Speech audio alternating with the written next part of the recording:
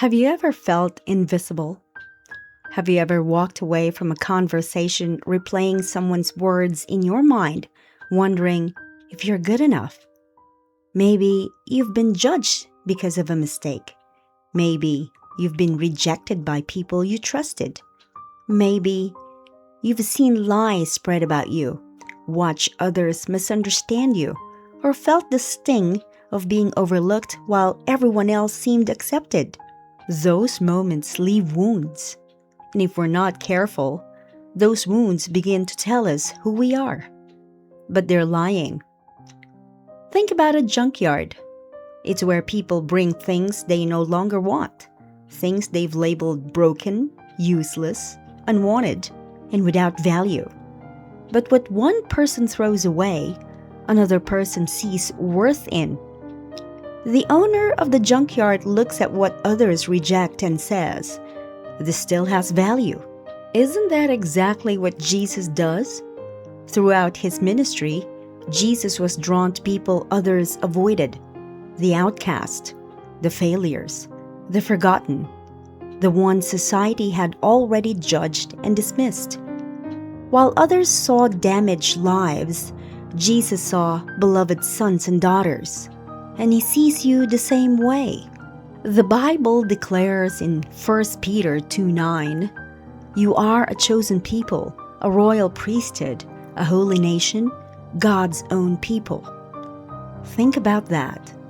The God who created the stars, the God who knows every detail of your life, the God who sees every tear you've cried in secret, calls you chosen, not tolerated, not barely accepted, chosen.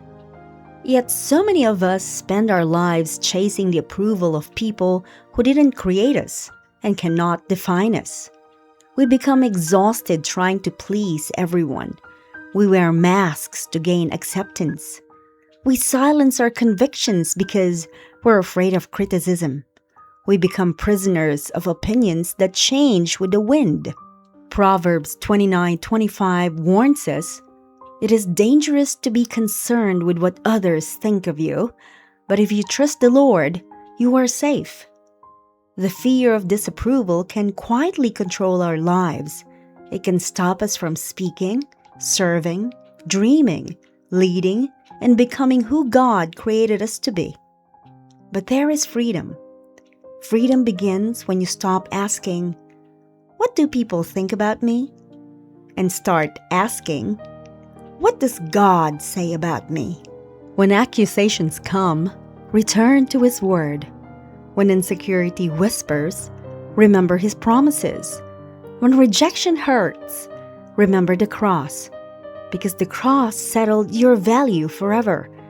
Jesus did not give His life because you were worthless.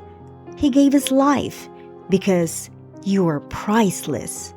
And when you begin to believe God's truth more than the world's opinions, everything changes.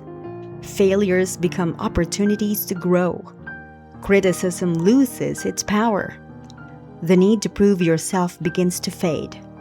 Confidence rises, not because you're perfect, but because your identity is secure.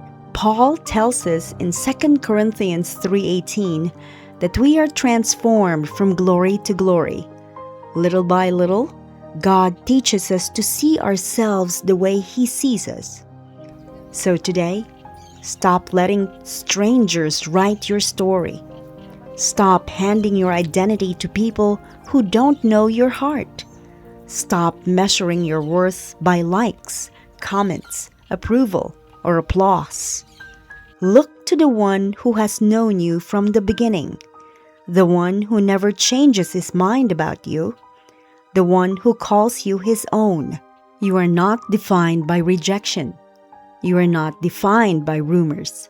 You are not defined by your worst day. You are chosen. You are loved. You are redeemed. And you belong to God. The voice that matters most has already spoken.